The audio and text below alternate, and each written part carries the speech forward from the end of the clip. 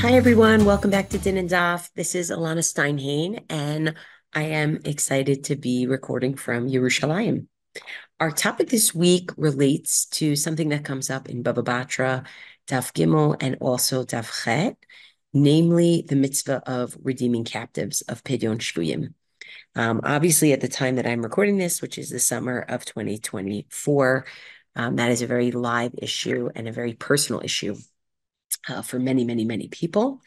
And Bezrat Hashem, I hope that it should be resolved soon and in the best way possible.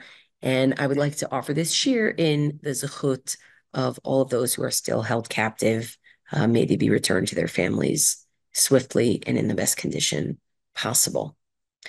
So, redeeming captives as a mitzvah, what's very interesting about the presentation at the beginning of Bava Batra is the fact that it seems to be a very public mitzvah. So, for example, we get on Daf Gimel already, Gimel Amud Bet, where Rav Chisda is talking about, if you are going to be building a new shul, you shouldn't tear down your old shul until the new one is built.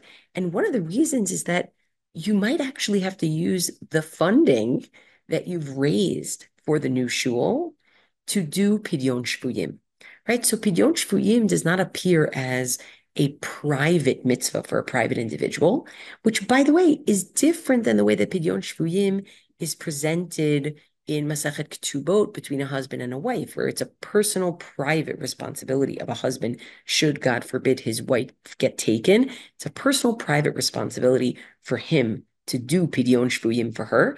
But here in Bava Batra, the description is of a mitzvah that is mutelet al hatzibur, a mitzvah that is the community's responsibility, so much so that the money that they would have used to build a Beit Knesset, they would have to use for this. And in fact, in the Middle Ages, there were kupot, there were actual funds, communal funds set aside because people were often taken captive and they were held for ransom. The other thing that happens at the beginning of Bava Batra is that we find out the reason why Pidyon Shvuyim is described as a mitzvah rabbah, as a great mitzvah, or the way that the Rambam puts it, and this is all on the source sheet, but we're not going to look at the source sheet yet, but the way that the Rambam puts it, Ein lecha mitzvah gedola kepidyon shvuyim, or Ein lecha mitzvah rabba kepidyon shvuyim. There is no mitzvah that is as great as redeeming captives. And the reason why, the Gemara tells us, is because when somebody is in captivity, any of the things that could possibly befall a person, whether it's natural death, whether it is death by cherev, whether it, meaning death by the sword, whether it is death by rav, by famine, we don't know any of these things and more could happen to somebody when they are chatuf or a chatufa, right? When they are captive. And therefore, this is really a mitzvah rabbah. Now, what I want to deal with today are the different places where Chazal talk about the mitzvah of Pidyon Shvuyim, because as is always the case with Halakha, there are parameters around when, how much you can spend on Pidyon Shvuyim. And I want to make the following two caveats before we begin. Caveat number one is the Pidyon Shvuyim that Chazal are talking about seems to be a case where a person may be in danger of, certainly if she's female, she may be in danger of being raped, but for the most part, she is not in danger of being killed necessarily. Some of the assumptions that we have today and can understand today, some of those assumptions are not quite the same, even as the Gemara had said, anything's possible to happen when somebody is in Chevy, when somebody is being held captive. Nonetheless, it was often sort of a tool to make money, right? People would capture Jews, ransom them to the Jewish community, and make money that way. So we should be aware of that. The second thing is, I would say, the discussion in the Gemara revolves around how much money should you give to redeem Jewish captives? And of course, now today that has changed as well, because generally speaking, we're not talking about a monetary amount. We're talking about certainly in the case of Israel, we're talking about letting dangerous prisoners out of jail, letting dangerous Palestinian prisoners out of jail. And so how do the costs line up? So the way I'm going to do this is actually, I'm going to go with you through some of the examples in the Gemara about Pidyon Shvuyim. And then I left for you on the source sheet everything translated into English, some contemporary conversation in modern Israel about these issues and about particular agreements of Pidyon Shvuyim, essentially, over the years. And you're welcome to read those on your own, but they very much come from the spirit of the way the Gemara and ultimately the Rishonim are going to try to navigate the questions of what are the parameters around Pidyon Shvuyim. So I'm going to share my screen so that we can look at what I think is sort of the ground zero of the discussion of Pidyon Shvuyim, certainly the public type of Pidyon Shvuyim, which is in Gittin. I just want to make sure that I have the right one for you. Okay, Yofi. Let's start. No, I have the wrong one. Let's try that again. Always keep it interesting, right? We'll get there in a minute. Yofi. So this is what we have. We have our Gemarot in Bava Batra, that's 1 and 2. Then you have the Rambam saying there's no greater mitzvah. Then you have the Shulchan Aruch saying Kol rega she'me'acher lifdot hashvuyim heichad efshar la'akdim haveki'ilu shofech damim, that any minute that we waste not redeeming captives, if we can, we are as though shedding blood ourselves, God forbid. So you can tell already that, you know, the question of danger, it's always lurking in the background here. Okay, but there was a possibility of getting captives just for money back then. So let's look at the Mishnah in Gittin. That's number 5 here on your sheet. As you see, I gave you much more than I usually do that you can read on your own because it's such an important and burning issue, at least at the time of this recording, that I think it's important for people to have as many resources as they can. So the Mishnah says, Ein podin et hashvuyim yeter al kidei demehen mipnei tikun ha'olam. We don't redeem captives, meaning using money. We don't redeem captives for more than their monetary value, which I guess would be, you know, chas v'shalom, a sort of slave trade kind of.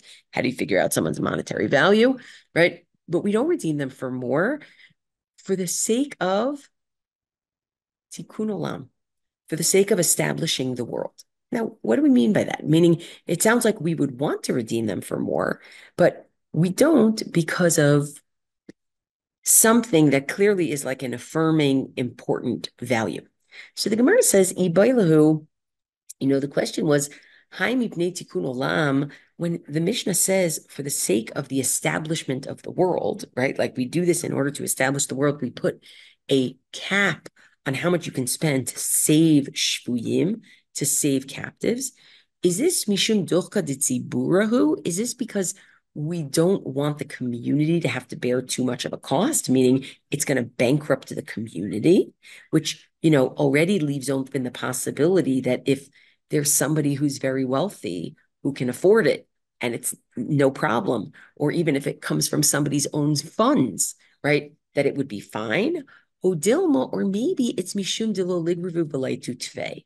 Or maybe we say don't pay more because what's going to end up happening is it's going to incentivize taking more captives, right? So this is the basic question, right? The Gemara in Gittin says very matter-of-factly, you're not going to pay more than the value of the shvuyim, right? Because of tikkun olam. And the Gemara asks, well, are we talking about mipnei tikkun olam? We don't want to bankrupt the community, in which case you could imagine what the outliers might be. Someone wealthy, a family member who's wealthy, an individual who comes forth and is willing to do. Odilma, maybe we're worried that this is going to incentivize. Now, I want to say that it's also worthwhile to think about what the outliers might be here too. The exceptions might be here too. Is there a situation in which no incentivization is needed, or they already have incentive, and you paying more actually doesn't change the incentive one way or another. Is it possible that that may be the case, right? So these, you can already see that I'm trying to push us in the direction of thinking what might be the exceptions to this, because as soon as a rule is laid down, all the white space around it, the exceptions begin to emerge. So it's interesting to note, Rashi spends time saying, according to the side that says it's about not making the community spend too much. If they have somebody, a relative who's wealthy, they can take care of it. Rambam in number 7 says, I hold by the incentivization theory. I don't want that to necessarily be the case. And Tosfot, by the way, taking off of the fact that a man is allowed to redeem his wife and should redeem his wife even for too much money. Tosfot, taking off of that, says if a person can pay for it themselves, no matter what the reason is, if you can take it from the bank account of the individual who was captured, you can do that, because ishto kigufo, just like a man is allowed to redeem his wife for more money than it's worth, so too a person can redeem themselves for more money than it's worth. That's just, the Rishonim starting to think about, how do we put all these things together, right? How do we put the fact that it's a mitzvah rabbah, the fact that the Mishnah says don't pay too much, the fact that the Ketubot says a husband has to redeem his wife, how do we put it all together? But what I think is actually most interesting is an agadata, a halachic narrative that comes up related to Pidyon Shvuyim, where it's very clear that somebody was podeh a shavui, they redeemed a captive for more than they're worth. So Tana Rabbanan, the Gemara in Gittin, Nunchet Amud Aleph. Tana Rabbanan, Maaseh Rabbi Yoshua ben Chananya, Shalach l'krach gadol sheberomi. Happened, Rabbi Yoshua ben Chananya went to a great town in Rome, Amrulo, and they said to him, he heard the following, Tinok echad yesh beveit asurim, there is a young man, a child really, who's in, I guess you might think maybe a toddler, a young kid, who's in jail, meaning the Romans put him in jail. Yefeh einayim v'tov ro'i, ukfuzotav sturot lo taltalim, is a beautiful child with curly hair and beautiful eyes. Halach ve'amar al petach beit asurim. So Rabbi Yeshua ben Hanania goes and stands at the opening of the jail. Amar, and he says, he actually starts a pasuk. He says, Minatan le'mishisa Yaakov Yisrael levozizim. Who gave Yaakov over for spoil and Yisrael over to robbers, which is the beginning of a pasuk in Yeshayahu. And what happens? The kid who everyone was talking about from that Beit HaAsurim, who's in jail, continues the verse, Ana oto tinok, the kid calls out from behind the bars, Va'amar, and says, Halo Hashem zu chatanu lo, velo avu vidrachav, haloch velo sham'u b'torato. Wasn't it God? Isn't it God who gave us over for spoil? Because we've sinned against God, we didn't walk in God's ways, and we weren't obedient to God's laws. Continuation of Yeshayahu. So what's clear is not only is this child beautiful, but this child is a Torah learner. This child knows Torah. And so what does Rabbi Yeshua ben Hanania say? Amar, he says, Muftachani, bo, shemoreh hora'ah Yisrael. I am sure that this kid could end up being a teacher of halakha, a posek in Israel. Ha'avodah, I swear, that's a terminology of swearing. Like I swear on the Beit HaMikdash, which obviously is very prescient in the time when Rabbi Shua Hanania in Rome, and kind of that's when everything is in danger. He says, Ha'avodah, I swear, she'eni zaz mikan ad she'eftenu bechol makom sheposkin alav. I swear that I'm not leaving here until I redeem him with any amount of money that they ask. Amru, they said about this situation, Lo zaz misham ad shepitao b'mamon harbe. Indeed, he did not leave. Rabbi Shua ben Hanania did not leave until he redeemed this person with a lot of money. V'lo hayu yamim muatin ad horab Israel. And in fact, this person did become a posek. This person did become somebody who was a rabbi in Israel. Umano, and who was he? Rabbi Yishmael ben Elisha, right? Rabbi Yishmael ben Elisha, who we hear from all the time in Sifrut Chazal, all the time in rabbinic literature. He was the one who was saved. Now you look at this and you say, wait a second, but I thought we had a Mishnah that says you can't save people for more than their worth, right? Now it could be, we might say, well, what we're talking about here is maybe it's according to the opinion that it's because we don't want to bankrupt the community. Maybe somehow Rabbi Yoshua ben Hanania was able to come into money. I'm not quite sure, but certainly on the side of, isn't this going to incentivize people to take more captives, the Romans to take more captives? Look at what Tosfot say. They say, no, actually, that's not our chief concern.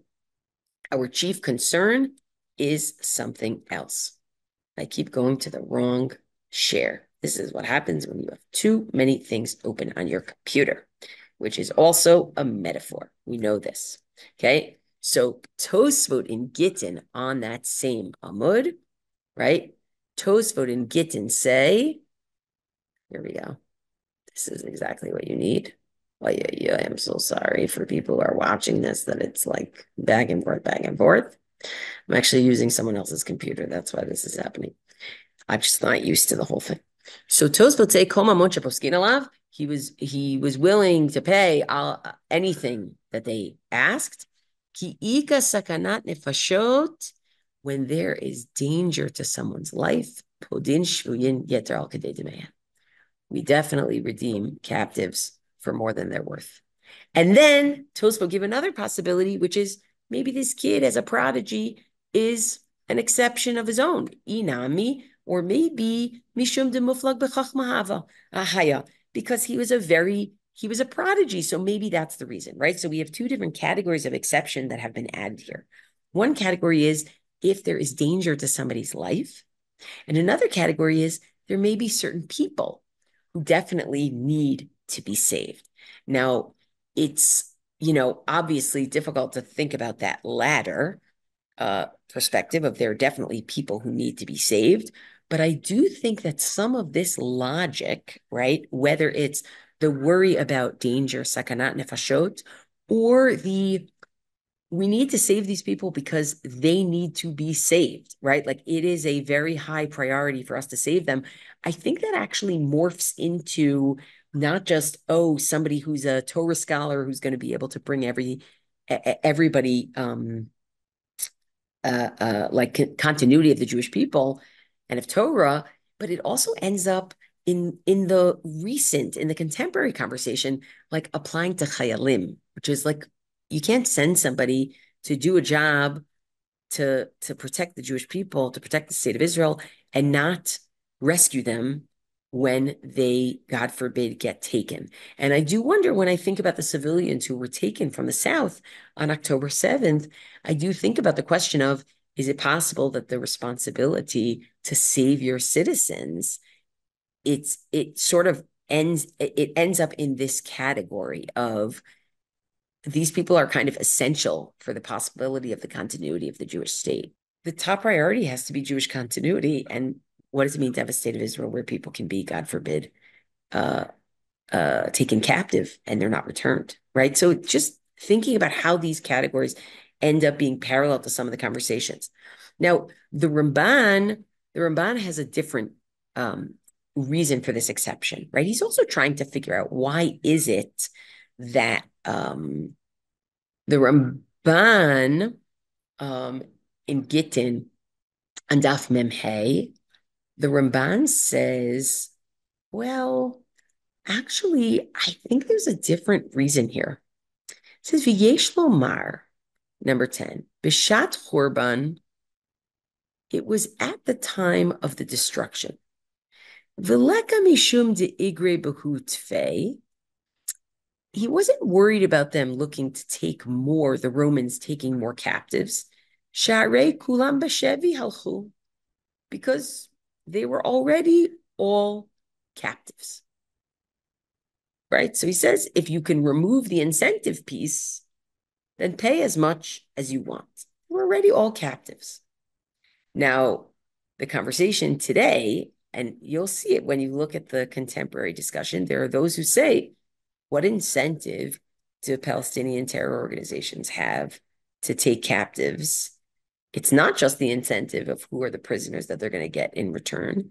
It's also just the sikhsuch. It's the Israeli-Palestinian conflict.